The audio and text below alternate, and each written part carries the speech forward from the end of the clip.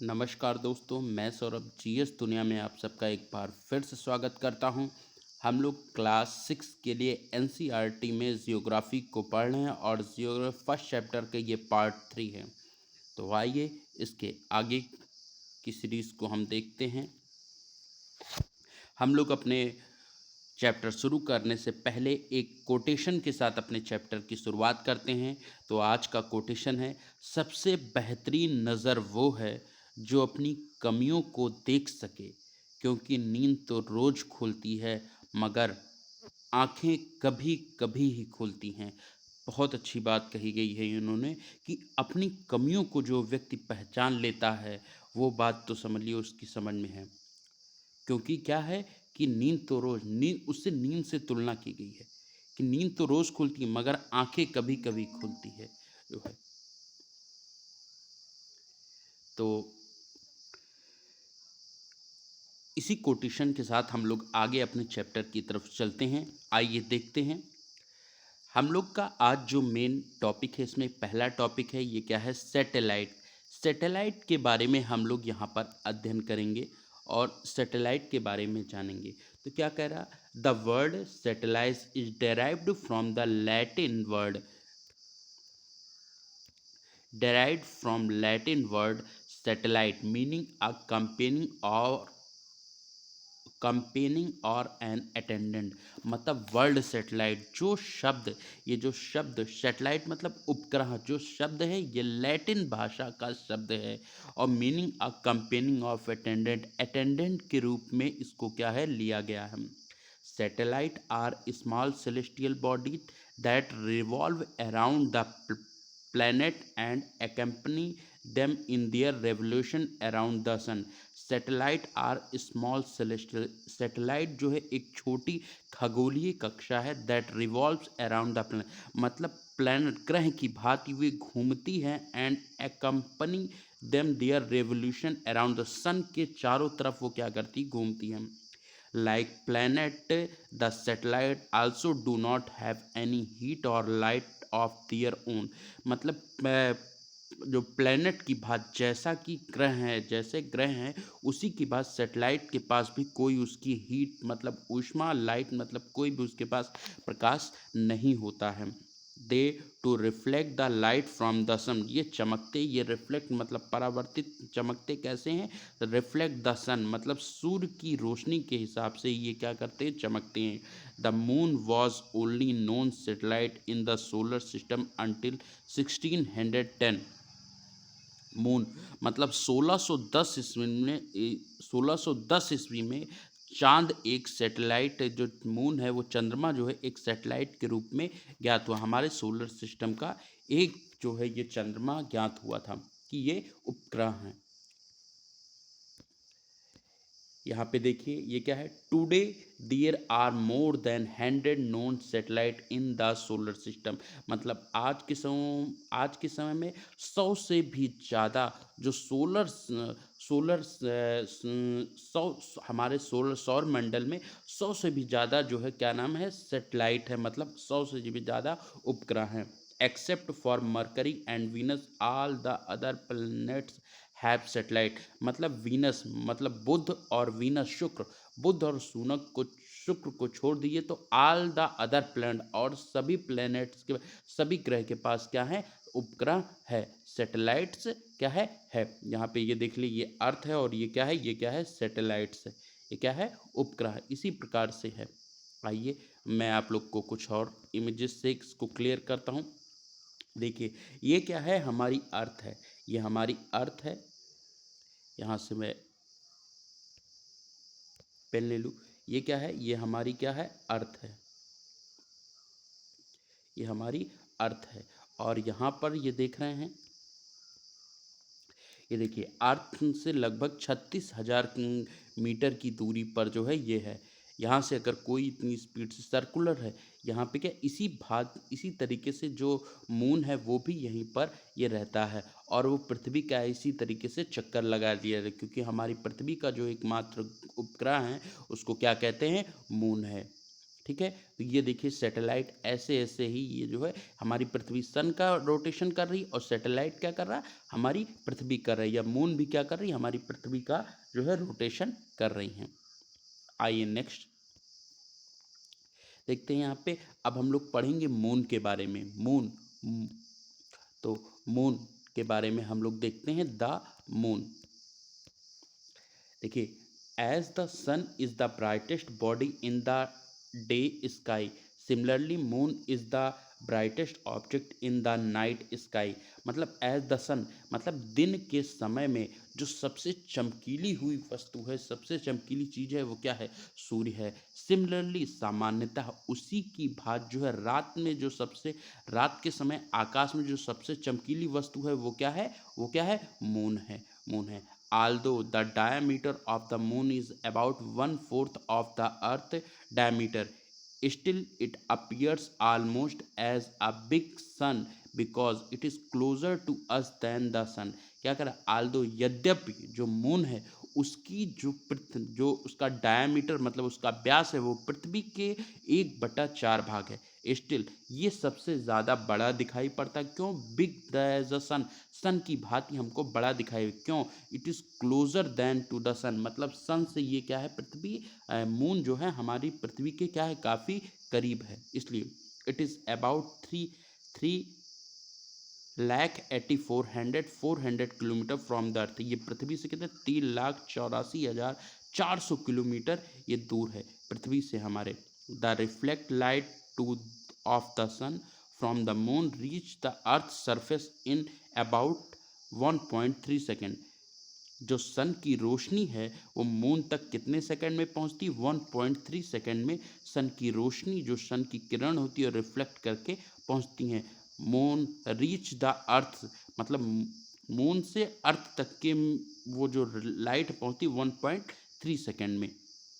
मेरी बात आप समझिएगा कि जैसे मैं यहाँ आपको क्लियर करता हूँ, ये मान लीजिए ये सन है, ये सन है, ये क्या है, ये सन है, ये सन है, और ये क्या है, ये मून है, ये क्या है, मून है, और ये क्या हो गया, अर्थ है, ये है अर्थ है। अब सन की जो रेज है इस मून पर जाएगी, और मून की रेज जो पृथ्वी पर जाती वो कितने, 1.3 सेकंड में जाती, 1.3 सेकंड में जाती। ये बात आप लोग को क्लियर होगी, जो पॉइंट मैं समझाना चाह रहा था आपको, बहुत जो लास्ट लाइन थी वो क्लियर होगी। आइए नेक्स्ट चीज देखते हैं यहाँ पे। ये देख लीजिए हमारा मून है, प्यारा चांद सा रोशन चेहरा है ना इसको। आइए नेक्स्ट देखते हैं फिर क्या है, द मून, यहाँ से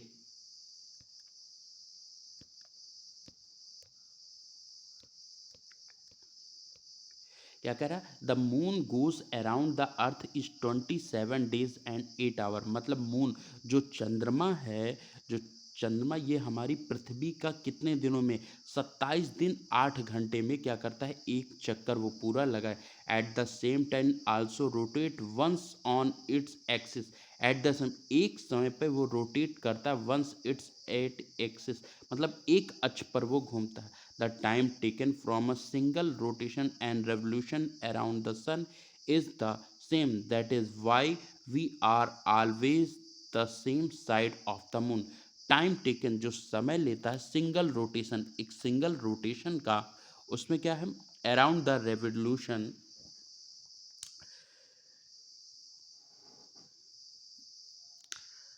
साथ ही वो अपनी धुरी पर एक बार घूमता है। और क्या कह रहा है, eight the time taken, eight the time taken, इसलिए चंद्रमा हमेशा एक तरफ मतलब परिक्रमण करने वाला, जो उसका रोटेशन और रेवोल्यूशन परिक्रमण करने वाला जो समय है, इसलिए सेम था इस दी क्या करता है, एक साइड का एक ही तरफ होते हैं, एक ही, always the same side of the moon, एक तरफ होते हैं हमेशा, मून एक साइड से ही रोटेशन करता है। The moon is the only celestial body that the human have landed on. Moon ही एक ऐसी सेलेस्टियल, एक खगोलीय कक्षा है जहां पर मानव ने लैंडेड ऑन, मानव ने पैर रखा है अपना। नील कौन रखे, Neil Armstrong and Buzz Aldrin, 2 American astronauts from, ये नासा, नासा का फुल फॉर्म है national aeronautics and space administration, become the first man of landed on the moon 21st July 1969। Neil Armstrong and Buzz Aldrin ने, ये दो अमेरिकी वैज्ञानिक थे जो नासा के थे, national aeronautics and space administration के, बिकम द फर्स्ट मैन, जो पहले ये व्यक्ति थे, ये 21 जुलाई 1969 को ये चंद्रमा की जमीन पे इन्होंने अपने क्या रखे थे, कदम रखे थे। आइए हम देखते हैं the explored and the photograph of the surface of the moon, मतलब इन्होंने चंद्रमा की सरफेस को एक्सप्लोर बताया और वहाँ की फोटोग्राफ भी ली थी। This was followed by the several other attempts by the USA and Russia, यहाँ तक पहुँचने के लिए जो है रशिया, यूएसए, अमेरिका और रशिया ने बहुत सारे जो है अटेम्प्ट्स, बहुत सारे प्रयास किए थे। The moon surface is made up of rocks and there is no soil, जो मून, जो पृथ्वी की, जो मून मतलब जो चंद्रमा की सतह मेड अप ऑफ रॉक्स मतलब चट्टानों की बनी है, देयर इज नो सॉइल, यहाँ पे कोई मिट्टी नहीं है। Mountain peak plains and crater are found on the surface of the moon, क्या कह रहा है, माउंटेन पीक मतलब पर्वत की ऊंचाइयाँ, पर्वत की चोटियाँ, प्लेन्स मैदान, क्रिएटर मतलब गड्ढे, आर फाउंड पाए गए moon of the surface, moon मतलब चंद्रमा की सतह पर पाए गए हैं। These rugged surface do not let the sunlight fall uniformly, these rugged मतलब काफ़ी रफली सरफेस होती है यहाँ सनलाइट की, इस पे सन पर जो है चंद्रमा की। दैट इज वाई, यह क्यों है, when we look at the moon, जब हम मून को देखते हैं, we some dark spots, we see some dark, जब हम देखते हैं we saw some dark spot, कुछ काले धब्बे, since there is no air, यहाँ पर कोई हवा नहीं होती, और वाटर ऑन द मून, ना पे वहाँ कोई पानी है, नो लाइफ एग्जिस्ट, यहाँ पर भी कोई जीवन संभव नहीं है। देयर इज नो साउंड, यहाँ पर कोई आवाज़ नहीं है। As there is no air to carry the sound waves, यहाँ पे कोई हवा नहीं है जो साउंड वेव, जो हवा, जो आवाज़ को एक जगह से दूसरी जगह तक का लेकर के जाए। आइए नेक्स्ट चीज हम लोग देखते हैं नेक्स्ट टॉपिक पे। There is only rock and the dust of the moon, मतलब देयर इज, मून पर क्या है, ओनली डस्ट मतलब रॉक, डस्ट एंड रॉक, चट्टाने और रॉक्स हैं ऑन द मून, मून पर। The day are very hot, moon पर दिन के समय 11 दिन के समय में जो है लगभग इसके यहाँ मिस्टेक हो गया है, ये लगभग दिन के समय में क्या है, थोड़ी सी यहाँ एरर आ गई, ये दिन के समय में 120 डिग्री सेल्सियस होता है। And the night are extremely cold, और रात के समय में लगभग minus minus 120 degree Celsius cold होता है ये चांद पर। Even the gravity on the moon is the 1/6 of the earth, मतलब जो यहाँ ग्रेविटी है पृथ्वी का 1/6वां भाग है, पृथ्वी की ग्रेविटी का 1/6वां भाग है। आइए फेजेस ऑफ द मून, हम फेजेस, मून के फेजेस के बारे में हम लोग बात करें। The moon appear in the sky in different shape, there these are called the phase of the moon, जो मून है विभिन्न प्रकार से, विभिन्न प्रकार के आकार में हमको आकाश में दिखाई पड़ते, दीज आर कॉल्ड फेजेस, इसको मून का फेज कहते हैं। When the moon is almost directly between the earth and the sun, we can not see the moon the at all, because the side of the moon facing us does not face the morning scenes from the earth receive sunlight, this is called the new moon and amasya।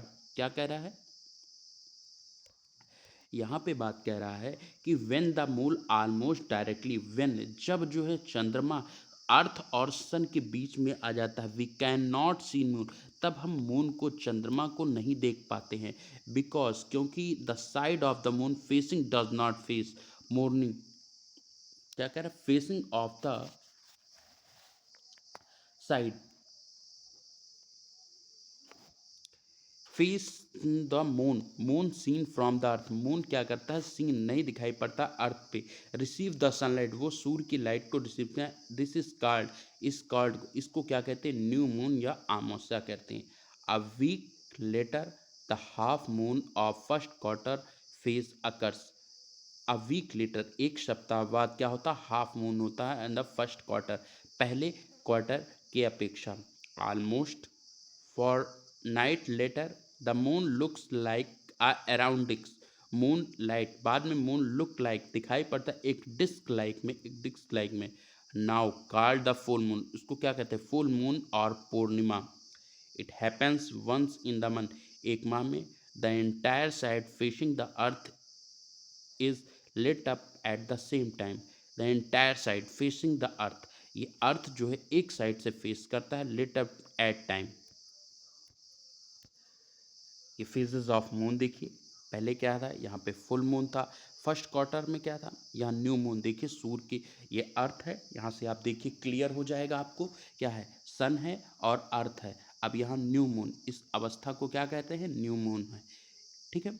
फिर यहाँ से जब हम लोग आगे बढ़े तो देखिए वॉक्सिंग अगदा कॉन्सेप्ट, मतलब आधा, थोड़ा सा सूर्य की जो है ये थोड़ा सा हटा, फिर यहाँ फर्स्ट क्वार्टर, फिर वॉक्सिंग, फिर फुल मून पूरा दिखाई पड़ा, फिर वार्निंग कैबस, धीरे धीरे ये, फिर लास्ट क्वार्टर, फिर उसके वॉन्सिंग कॉरेसेंट्स, ये हुए ये फेजेस ऑफ द मून है। इस इमेज को देख करके जो भी डिफरेंट आपका रहा होगा वो क्लियर हो जाएगा। आइए नेक्स्ट, द एस्ट्रॉइड्स, एस्ट्रॉइड्स के बारे में समझ। Asteroids are small celestial bodies which revolves around the which revolves around the sun, which revolves around the sun between the orbit of the Mars and Jupiter। Asteroids मतलब क्षुद्र ग्रह जो होते हैं, आर स्मॉल सेलेस्टियल बॉडीज, छोटे खगोलीय होते हैं, विच रिवॉल्व जो घूमते रहते हैं सन के between the orbit of the Mars, मतलब मार्स की कक्षा में एंड जुपिटर्स की कक्षा में। They are also called planetoids and the minor planets, इसको भी प्लैनेटॉइड्स कहते हैं एंड द माइनर्स मतलब छोटे ग्रह कहते हैं। Their orbits lie between the orbit these two planets, the orbit जो इनकी कक्षा होती है, between the orbits of the two planet, मतलब दो ग्रहों के बीच में इनकी क्या होती है, ऑर्बिट, ये कक्षाएं होती हैं। There are about 40,000 such asteroid, the largest among them is Ceres, आज के समय में लगभग 40,000 एस्ट्रॉयड क्षुद्र ग्रह हैं। The largest among the Ceres, सबसे बड़ा जो है क्या है, सिरस है। These asteroids were believe to be the fragment of a former planet which might have exploded at the time of its formation. These asteroid, जो एस्ट्रॉयड हैं, believe to the fragment of the former planet, ये पहले के ग्रह हैं, विच might have explode, जो बाद में जाकर के एक्सप्लोड मतलब विस्फोट हो गया, उसमें विस्फोट मतलब विस्फोट हुआ एट दिस फॉर्मेशन, फॉर्मेशन के समय। आइए देखते हैं, ये देखिए विस्फोट होने के साथ किस तरीके से हमारे क्रेट पृथ्वी पे आ रहे हैं। एंड द नेक्स्ट क्या है, मेटर्स, मेटर्स क्या है, some time at night you must have notice streak का लाइट फ्लैशिंग अक्रॉस द आइस, कुछ समय के लिए एट द नाइट, रात के समय, यू मस्ट हैव नोटिस्ड, आपने देखा होगा, स्ट्रीक ऑफ लाइट, एक सीधी सी रेखा जाती है, लाइट की क्या करती, एक सीधी रेखा ऐसे देखी होगी जाती हुई आपने, अक्रॉसिंग द स्काई, स्काई को काटते हुए, इसको क्या कहते हैं, the meteoroids. This is shooting star, ये जलता हुआ स्टार्स होता है। एंड द मेटर्स, और ये क्या है, मेटर्स होते हैं। Meteoroids are small piece of the rock and, meteors जो होते हैं ये छोटे छोटे टुकड़े थे रॉक्स एंड डस्ट के, विच रिवॉल्व्स अराउंड द, जो सन के चारों तरफ घूमते रहते हैं। Sometimes when they come close to the earth atmosphere, कुछ समय के लिए जब ये अर्थ के एटमॉस्फेयर, पृथ्वी के वातावरण में आते हैं, the entire with great velocity, बहुत तेज गति से, due to the friction, friction घर्षण होता है, get heated up and start glowing, heated up गर्म हो जाते हैं, एंड स्टार्ट ग्लोइंग मतलब जलना शुरू हो जाते हैं। Most of them burn out in space itself, but some of them are large and they fall on the Earth's surface, forming a crater.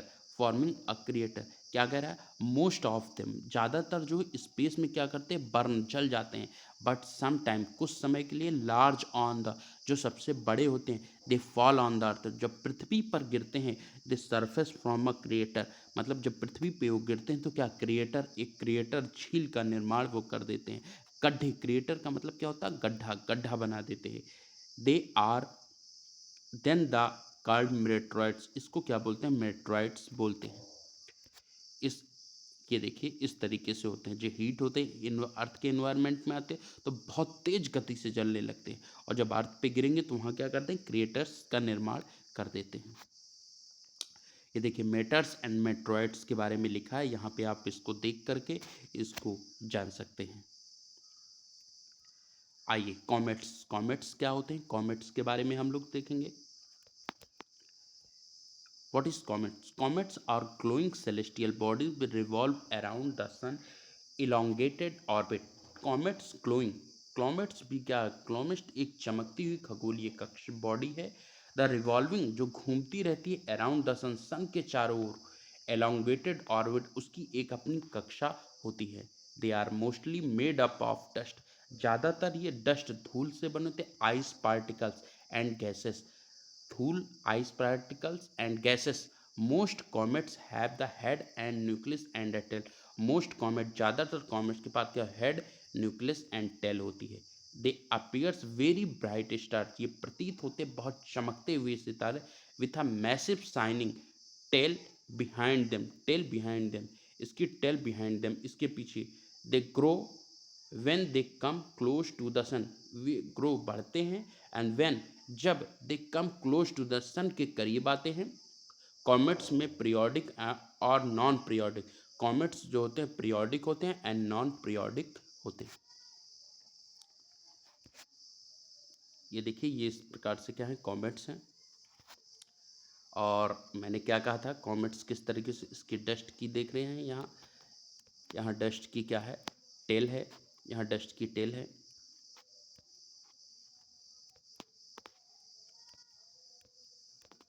ये डस्ट की टेल है, कॉमेट्स ऑर्बिट है, देखिए आयरन टेल है, ठीक है ना, यहाँ सोलर विंड सनलाइट है, nucleus and the commas. Okay, next आइए हम लोग देखते हैं यहाँ।